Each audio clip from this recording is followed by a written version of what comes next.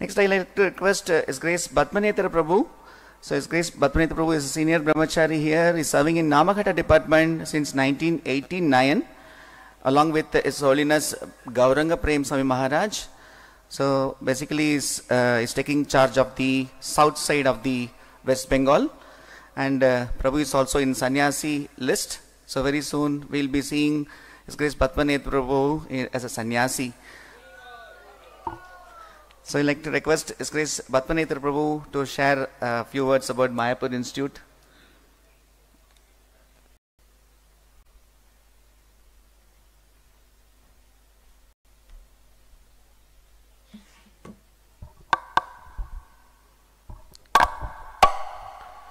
Vanchakalpatarubhasya kripa sindhubheva cha patitanang pavonebhyo vaishnavebhyo namo namo. আমি খুব ধন্য যে আমি এই এমআই এর 25 বছর পূর্তি উপলক্ষে যে অনুষ্ঠান তাতে অংশগ্রহণ করতে পেরে, তা আসলে আধ্যাত্মিক সোসাইটি সেখানে শিক্ষার ব্যবস্থাটাই মুখ্য থাকা দরকার এবং প্রভুপাদ সেই উদ্দেশ্যেই এই ইসকন সোসাইটি করেছেন। প্রভুপাদকে জিজ্ঞাসা করছিলেন একজন, আপনাদের ইসকনে এত ইয়ং ছেলে মেয়েরা কেন? তখন প্রভুপাদ উত্তর দিয়েছিলেন, আপনাদের স্কুল কলেজে কেন ইয়ং ছেলে মেয়েরা যায়? আসলে এই আধ্যাত্মিক জ্ঞান লাভ করতে গেলে ঠিক বুদ্ধিমত্তা জ্ঞান দরকার। চৈতন্য মহাপ্রভু আবির্ভূত হয়ে বাল্যলীলা করলেন, তারপরে বিদ্যার বিলাস করে এই নবদ্বীপেই তিনি টোল খুলেছিলেন। নবদ্বীপে পড়িলে সে বিদ্যারত্ন পায়, এমন বর্ণনা করা আছে যে নবদ্বীপই ছিল তখনকার সময় অক্সফোর্ড ইউনিভার্সিটির মতন। এখানে সারা পৃথিবী থেকে সারা বিভিন্ন জায়গা থেকে মানুষ আসতো, এখানেই শিক্ষা লাভ করতেন। অদ্বৈত আচার্য তিনিও এই নবদ্বীপে বসেই ভাগবত আলোচনা করতেন।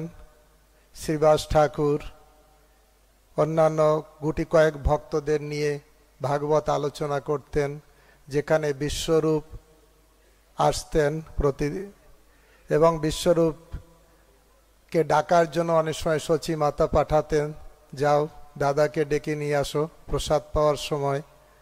তখন নিমাই ছোট বালক, বর্ণনা আছে, ধূলি ধূসরিত গাত্র, দিগম্বর দেহ, সবাই ভাগবত পাঠ ছেড়ে দিয়ে তার দিকেই তাকিয়ে থাকতেন। এই সেই নবদ্বীপ যেখানে আধ্যাত্মিকতার শিক্ষা কেন্দ্র, মূল শিক্ষা কেন্দ্র। যেটা বর্ণনা আছে কনিষ্ঠ, মধ্যম, উত্তম। উত্তমের বর্ণনা সেখানে বর্ণনা করা হচ্ছে যে শাস্ত্র যুক্তি সুনিপুণ দৃঢ় শ্রদ্ধা যার, উত্তম অধিকারী সেই মহাভাগ্যবান। সে উত্তম অধিকারী যার শাস্ত্র যুক্তি আছে এবং ভগবানের প্রতি দৃঢ় বিশ্বাস আছে। সিদ্ধান্ত করিতে চিত্তে না করো অলস, ইহা হইতে কৃষ্ণে লাগে সুদৃঢ় মানুষ। অনেকে ভাবতে পারেন শিক্ষার এত কি দরকার, কিন্তু শিক্ষা আধ্যাত্মিক জ্ঞান যখন লাভ হবে তখন ভগবানের প্রতি মামুলি বিশ্বাস নয়, দৃঢ় বিশ্বাস নয়, সুদৃঢ় বিশ্বাস আসবে। তাই ভগবানের প্রতি সুদৃঢ় বিশ্বাস আসার জন্য অবশ্যই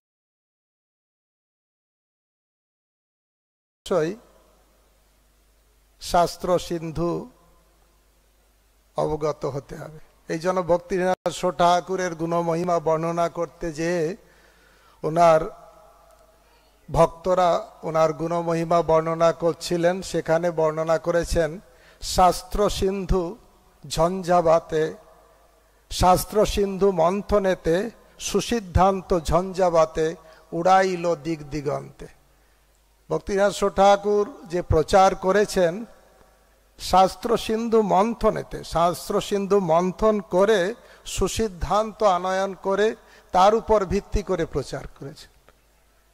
এমনি ভাবে প্রচার করা যায় আর শাস্ত্রের উপর ভিত্তি করে সিদ্ধান্তের হয়ে প্রচার করা যায়, তখন প্রচারটা আরো দৃঢ় হয়, মানুষের ভিতর কনফিডেন্সটা আছে, শাস্ত্র সিদ্ধ। এই জন্য শাস্ত্রের এই যে সিস্টেমেটিক ভাবে পড়াশোনা খুবই দরকার। আমাদের নামহট্ট ভক্তরা অনেকেই বলেন গ্রামে সাধারণ ভক্ত, অশিক্ষিত ভক্ত, কিন্তু গুরু মহারাজ এমনভাবে এই শিক্ষা ব্যবস্থা বা এই ভক্তিশাস্ত্রী ভক্তি বৈভব করার জন্য বারবার অনুপ্রেরণা দেওয়াতে গ্রামে গঞ্জে নামহট্ট ভক্ত, সাধারণ অল্প শিক্ষিত, তারাও ভক্তিশাস্ত্রী করে তারা খুব আনন্দ পাচ্ছে যে না, আগে আমরা কখনো বুঝতে পারিনি যে এর ভিতরে এত আনন্দ আছে। এমনি আমরা শাস্ত্র পড়েছি, কিন্তু এখানে যখন সিস্টেমেটিক ভাবে কোনো শিক্ষকের গাইডেন্সে আমরা পড়ছি, তখন আমাদের অনেক ভালো লাগছে এবং আধ্যাত্মিকতা আরো বেশি দৃঢ়তা হচ্ছে। ছিল প্রভুপাদ চৈতন্য চরিতামৃত তাৎপর্যের জায়গায় লিখছেন, আমার দেওয়া এই শ্রীমদ্ ভাগবতম, চৈতন্য চরিতামৃত, গীতা, এ কেউ যদি পুঙ্খানুপুঙ্খ ভাবে অধ্যয়ন করবে তাহলে তার জীবন সুরক্ষিত থাকবে। যদি এই পুঙ্খানুপুঙ্খ ভাবে অধ্যয়ন না করবে তাহলে কি হবে? তাহলে এই ভক্তি জগতে এসেও খাবে দাবে ঘুমাবে, একদিন ভক্তি জগৎ ছেড়ে পালিয়ে যাবে। এই জন্য প্রভুপাদ বলছেন পুঙ্খানুপুঙ্খ ভাবে পড়া, আর তার জন্য দরকার শিক্ষক। যেটা মহারাজ বলছিলেন, মহাপ্রভু স্বরূপ দামোদর এই বাংলার থেকে একজন পণ্ডিত গিয়েছিলেন মহাপ্রভু সম্পর্কে, নাটক লিখছিলেন, নাটকের ভিতর অনেক ভুল, আর তাই দেখে স্বরূপ দামোদর বললেন, যাও ভাগবত পড়ো, গিয়া ভাগবতের স্থানে একান্ত আশ্রয় করো চৈতন্য চরণে। আসল সিদ্ধান্ত জানতে গেলে বৈষ্ণবের কাছে যেতে হবে, ভাগবত পড়তে হবে বৈষ্ণবের কাছে, হরিনামও করতে হবে, সাধু সঙ্গে কৃষ্ণ নাম এই মাত্র চাই, সংসার জিনিতে আর কোনো বস্তু নাই। তা সবকিছু সাধুর কাছে যে জানা বা আধ্যাত্মিক উন্নতি করা দরকার। আর এটাই হচ্ছে বিশেষ এক শিক্ষা কেন্দ্র, যেখান থেকে আমরা আধ্যাত্মিকতায় আরো অনুপ্রেরণা লাভ করতে পারি, মহারাজ সিনিয়র ভক্তদের কাছ থেকে জ্ঞান লাভ করে।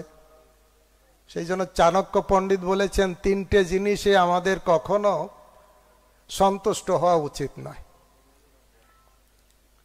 সাধ্যায় পড়াশোনা, আমার গীতা পড়া হয়েছে, ভাগবত পড়া হয়েছে, আর পড়বো না, না, যত পড়বো আরো পড়তে হবে, আরো পড়ার ইচ্ছা থাকতে হবে।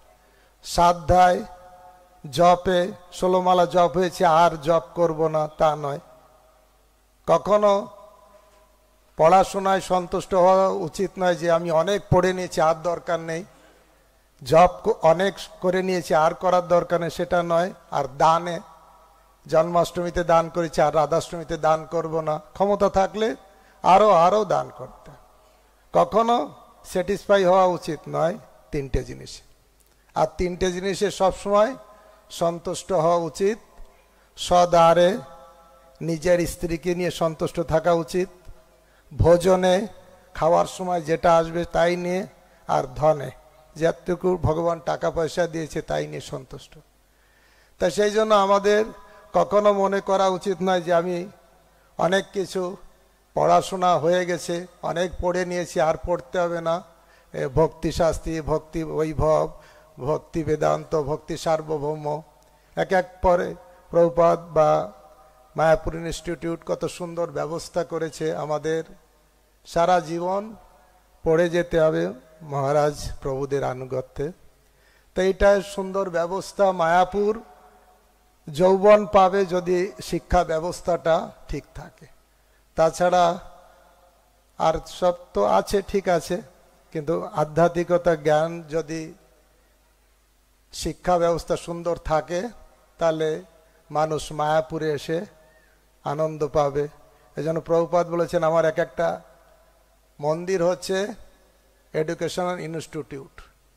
মন্দিরে আসবে শুধু খাবে, বিরিয়ানি খাবে, পিজা খাবে, এর জন্য না। মন্দিরে আসতে হবে সাধুসঙ্গ করার জন্য, শিক্ষা লাভ করার জন্য। হরে Krishna.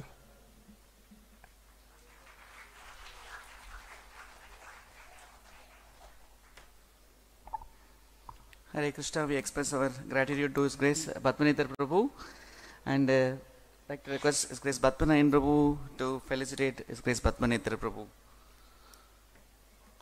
Let's express our appreciation by clapping.